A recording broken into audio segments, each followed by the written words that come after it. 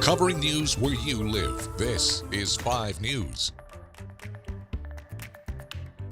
Well, thank you for joining us here today for the latest news and weather where you live. I'm Joe Ellison.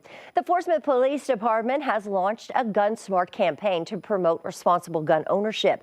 The campaign will educate gun owners on the importance of properly securing their firearms to keep it from falling in the wrong hands.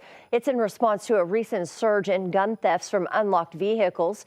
Over the last 4 months, 32 guns were taken from unlocked vehicles in Fort Smith. Over the next several months, you'll see radio, TV, and social media campaigns promoting this initiative. Well, another day in the search for a father and son who went missing on Beaver Lake last week. 47-year-old Chuck Morris and his 20-year-old son Charlie left Lost Bridge on kayaks Thursday at 11 in the morning.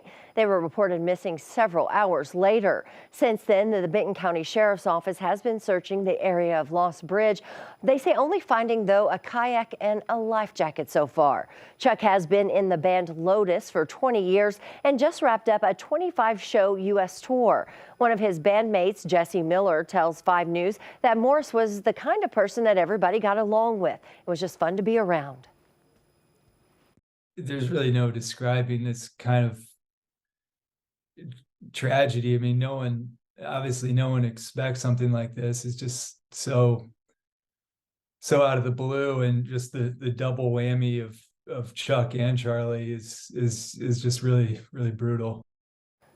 Now, of course, we'll be sure to update you today if investigators find out anything new. All right, before we get to other news where you live, let's get a check of the weather where you live with Stephen. Hey, Stephen, it looks like another cold day.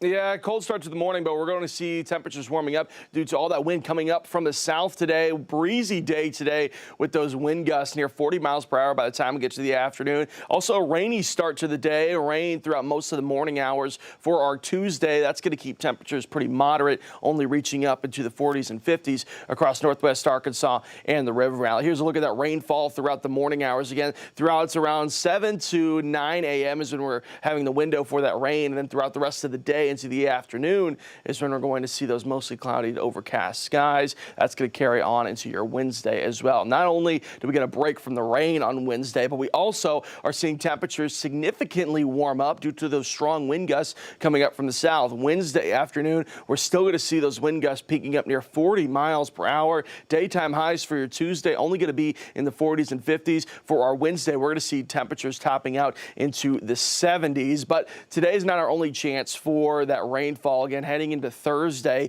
we have some rain back into the forecast starting around 11 a.m. on Thursday. Could see some scattered showers. Thursday evening, you could see some of those thunderstorms, but our severe risk has pushed off further towards central Oklahoma and Texas, as we only have a level 1 risk across Sequoia counties and LaFleur counties. Our main concern this week is going to be that flood risk. By the time we get to Friday, we could see anywhere from 2 to 5 inches of rain from this week.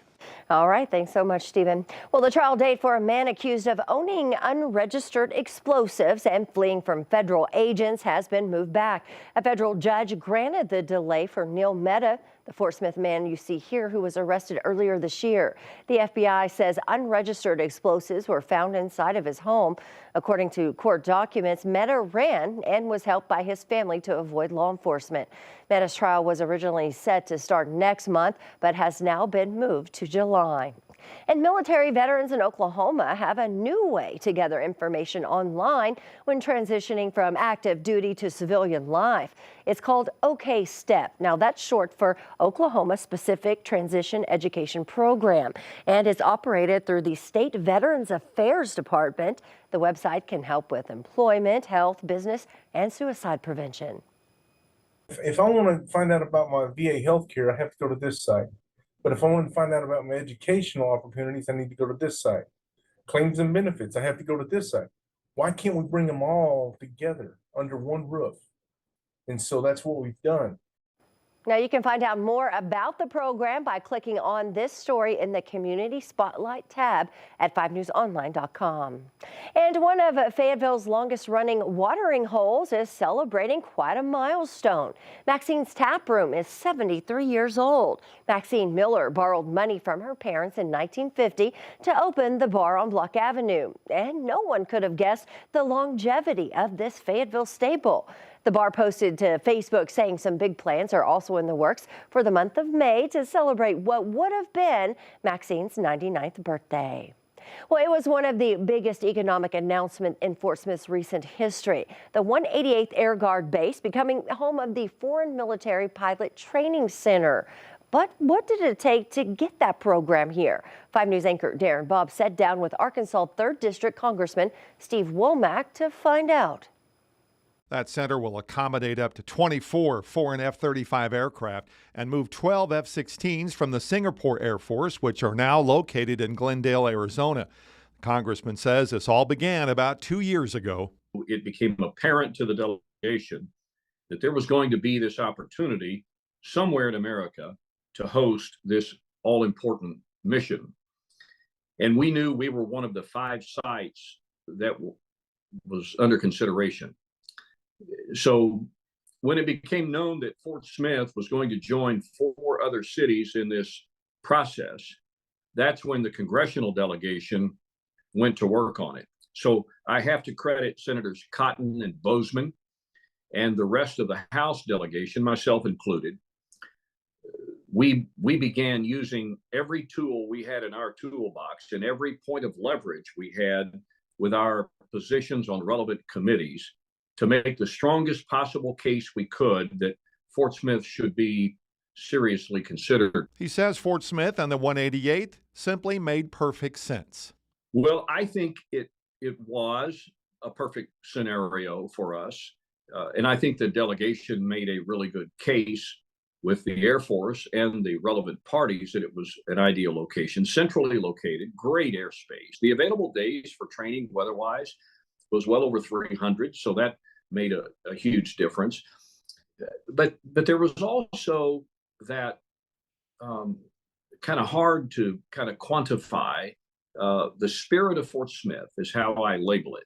As far as the economic impact of this, Congressman Womack says right now, it'd be hard to quantify that. People have thrown around the $1 billion number. Nobody really knows what it is. It's going to be people, it's going to be jobs, it's going to be payroll, it's going to be support, the entire economic development gamut. There will be small businesses that will be created as a result of it. But he says, more importantly, our pilots are going to be doing the training. People that are friendly to us, that are buying our equipment, being trained by our people to a standard that is higher than any standard in the world. That the national security implications are just off the chart.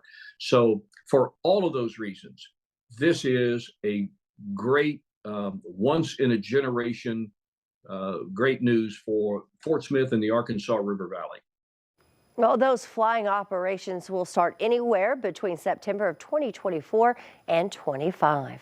Well, thank you for joining us here today for the latest news and weather where you live. I'm Jo Ellison. Make sure to catch up with us again tomorrow right here for more. Have a great day.